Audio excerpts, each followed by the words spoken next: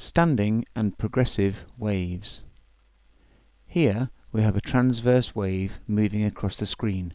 It's progressing, so it is a progressive wave. What happens if we let the wave reflect off the right hand side of the screen, like this? Now we have a wave moving to the right, but we also have a wave moving to the left. Because one is a reflection of the other, they have the same frequency and therefore the same wavelength, and they were roughly the same amplitude. First, we need to look at what happens when two waves meet.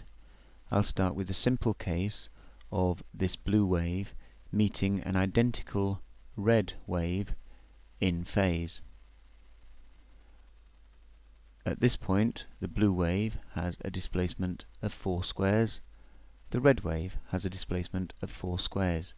These will add to give a displacement of 8 squares. Here, both the blue and the red wave have 0 displacement, and that will add to give a wave of 0 displacement. Here, both the blue and the red wave have a displacement of -1. That will add to give a displacement of -2.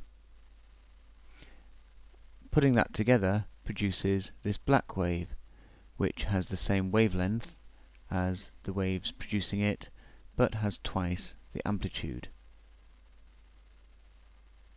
We say that the waves superpose. This is the superposition of waves. Here the blue wave has moved 2 squares to the left, the red wave 2 squares to the right, and if we again find the sum of the two waves across the length, we get something like this. You'll see that this again is 0 at the ends and 0 at the centre. Now the blue wave has moved another 2 squares left, the red wave another 2 squares right. This now puts them completely out of phase, and you'll notice here the blue wave has an amplitude of +4, the red wave an amplitude of -4.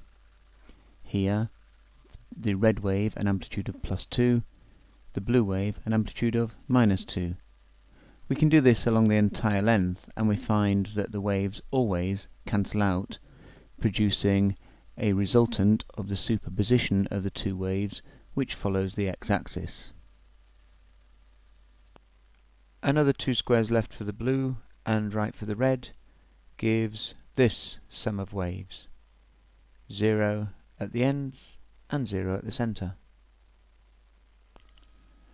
Another movement left for the blue and right for the red puts the waves again in phase, but now going down at the start and up at the end.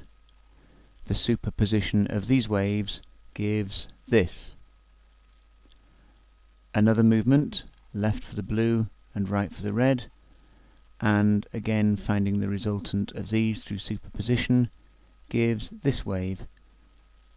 Again 0 at the ends and 0 at the centre.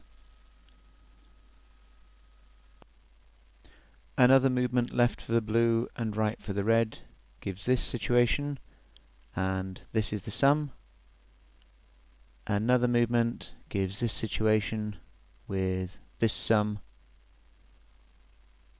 Yet another movement left for the blue and right for the red puts us in this position, and the superposition of these waves produces this. Again 0 at the ends and 0 at the centre. Another movement left for the blue and right for the red gets us back to our starting position, where you'll recall we had this resultant through the superposition of the two waves. Now for a run through of what happened to the resultant of the two waves. I'm just going to show the black wave here for clarity. The wave rises up, reaching a maximum amplitude of 8 squares, as it was produced from two waves, each of amplitude 4 squares. Then comes back down through the centre and increases in the opposite direction, again to a maximum amplitude of 8 squares.